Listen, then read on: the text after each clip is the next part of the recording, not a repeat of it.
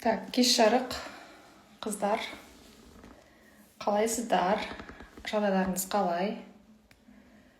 Көңіл күйлеріңіз қалай? Барлығы жақсы ма? Бүгін тікелей эфир. Бүгін біз тікелей эфирде ақша блоктары деген не? Осы тақырыпқа тоқталамыз.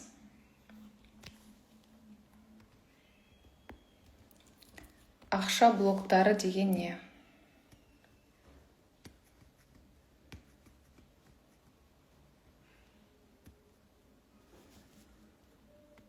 Жалпы блок дегеннің өзі,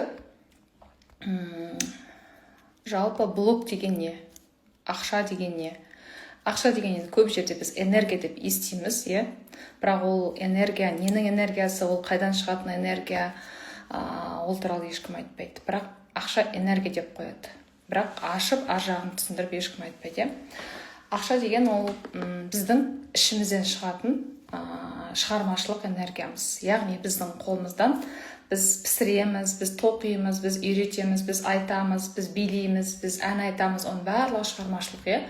Сол шығармашылық энергия дамыған кезде адам өзінің шынайы, шынымен де өзінің жақсы көретін ісімен айналысады, сол арқылы жеңіл ақша табады. Яғни шығармашылықты кім береді? Шығармашылықты жаратушының өзі береді. Жаратушының өзі береді, адамның бойына энергиямен дариды. Өйткені біздің санамыз мәңгі тірі, ол өмірлер бойы саяхаттаған және оның бойында көптеген опыттар бар, өмірлік тәжірибелер бар санамыз. Ал біз қазір санамыз деп айтатын болсақ, көп адам түсінбейді. Мен адаммын ғой, мен Гүлнармын, мен Айжанмын, мен Ерболмын, мен Жандоспын деп айтады. Сен кімсің десең, мен Айжанмын, мен Ерболмын, мен Жандоспын, мен Динарамын деп айтамыз. Ол біздің физикалық тәніміз. Ал шын мәнінде біз негізінде тап-таза санамыз. Біз сол тап-таза санамызға қосылған кезде сол өзімізді табамыз. Көп адам қазір мен өзімді іздеп жүрмін деп әр дегенді жасап жүр. Бірақ шын мәнінде өзін іздеу деген, өзінің сол шынайы санасын түсіну, ол сезіммен беріледі. Ол терең біліммен, ол практика арқылы беріледі. Ол әр жерден шоқып бір жерден білім алғаннан ашылмайды адамның ішіндегі энергия. Ол өзімен толық жұмыс жасау керек.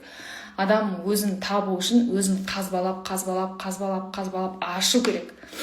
Зерттеу керек былай. Мысалы, үлкен бочка. Үлкен бочка. Біздің санамыз үлкен бочка сияқты. Енді сол бочканың ішінде бізде не болсын дейік, жеміс-жидек бірдеңе болсын дейік. Енді соны біз ең түбіне жету үшін істейміз. Түбіне жету үшін біз оны ақтарамыз.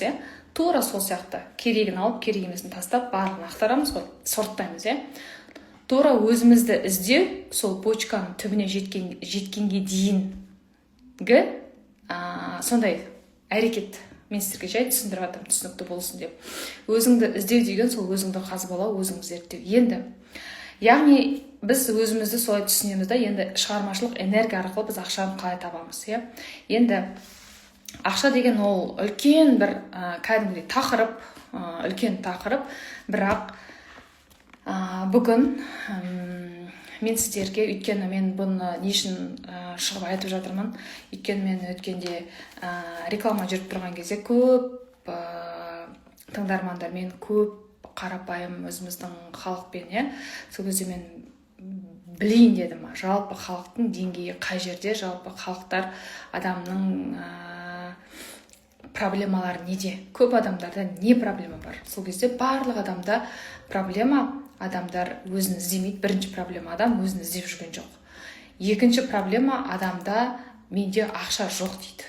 Яғни ақша жоқ деу, ол блок. Ақша үнемі бар екен адам өзі мойындаймайды. Енді мен сіздерге оны түсіндірейін. Енді қараңыз, сіз осы күнге дейін өмір сүріп жатырсыз. Жасыңыз 40-қа келсе де, 60-қа келсе де, 80-ге келсе де, сіз осы күнге дейін өмір сүрдіңіз. Ал өмір сүру үшін бізге не керек? Бізге қажетті заттар сатып алу керек. Ал қажетті заттар сатып алу үшін бізге не керек? Ақша керек. Енді демек, осы күнге дейін сіз ақшасыз өмір сүрмесеңіз, демек ақша сізде бар деген сөз. Ол келіп тұр деген сөз. Ал бізде көп адамдар не деп ойлайды? Менде ақша жоқ дейді. Ол шектеу. Ол адам өмірінде ақшаның үздіксіз келіп жатқанын байқамайды, білмейді.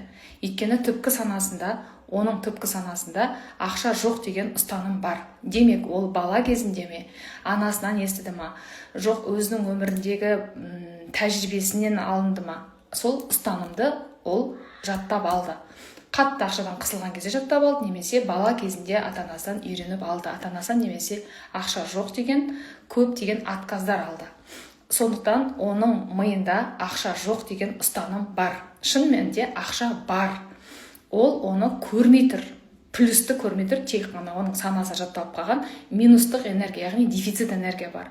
Адамның санасы қаншалық дефицит болады, санасында кедейлік болады, санасында қаншалық жатталып қалған кедей позиция, кедей ой, өзі туралы, өмірі туралы, соның барлығы блок болып саналады. Мысалы, көп адамдар былай ойлайды, қазір барлығы қымбат, менің ақшам жетпейді, мен аз табамын, мен лайықсызбын, өкімет ақша бермейді, анау көмектеспейді, мынау көмектеспейді, мен жалғыз бастымын, мен балаларды өзім асырап отырмын деген адамда сондай кедейлік, ішкі жан әлемі аш болғандықтан сыртқы нәрсенің барлығын, тек қана жоқты, тек қана дефицит, тек қана кемшілікті, тек қана сондай минустық нәрсені көреді да, шын мәнінде өміріндегі болып жатқан плюстерді байқамайды. Бірақ қарасаңыз, сол адамдар интернетті бар, телефоны бар, кешке шейін не қарайды адамдар, тикток қарайды, болмайтын бір жеңіл әңгімелерді қарайды, болмайтын бір әзіл бір нәрселермен уақыттарын өткізеді. Егер де сол адамдар өзінің өміріне үңіліп, осы менде неге ақша жоқ? Осы неге менде ақша келсе тез кетіп қалады? Неге осы менің ақша аламда, мен ақша болғаннан кейін бірден менде проблема болады деп сұрақ қоймайды. Енді қараңыз, блок деген ол шектеу. Енді шектеу деген ол көрінбейді. Мен шектеумін деп сіздің өміріңізге келіп алып, мына сияқты болып, сіздің алдыңызға келіп шлагбаум соғып тұрмайды, ол білінбейді. Ол сіздің санаңызда жатталып жатыр. Ол сіздің бала кезіңізден бастап сіздің көрген, осы күнге дейінгі көрген қиындықтарыңыздан туындаған тұжырымыңыз, ол сіздің шектеу болып қалды, сақталып қалды. Ол бар, шектеу деген бар. Ол қайда? Ол біздің миымызда, ол біздің санамызда, ол біздің энергиямызда. Ал сана қайда? Біздің ақылымыз, біздің санамыз қайда? Біздің аяғымызда ма? Біздің басымызда ма? Біздің көзімізде ма? Біздің ішек құрылысымызда ма? Біздің тілімізде ма? Біздің шашымызда ма? Мүмкін полиде ма? Кеңістікте ма? Қай жақта? Осы сұраққа ойланып көріңіз. Сана қайда? Біздің ақылымыз қайда? Қайда орналасқан? Именно орналасқан жерін кім біледі?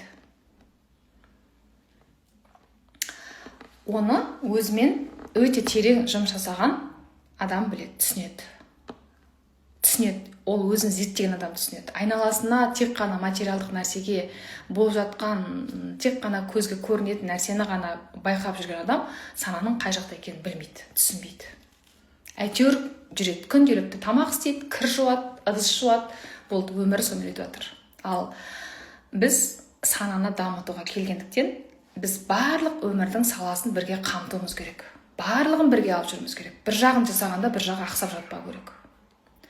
Енді осы ақшаға байланысты блоктарды анықтауға мен сіздерге 3 күндік практикум құрастырдым. 3 күн бойы біз сіздермен практика жасаймыз. Практикумда кәдімгідей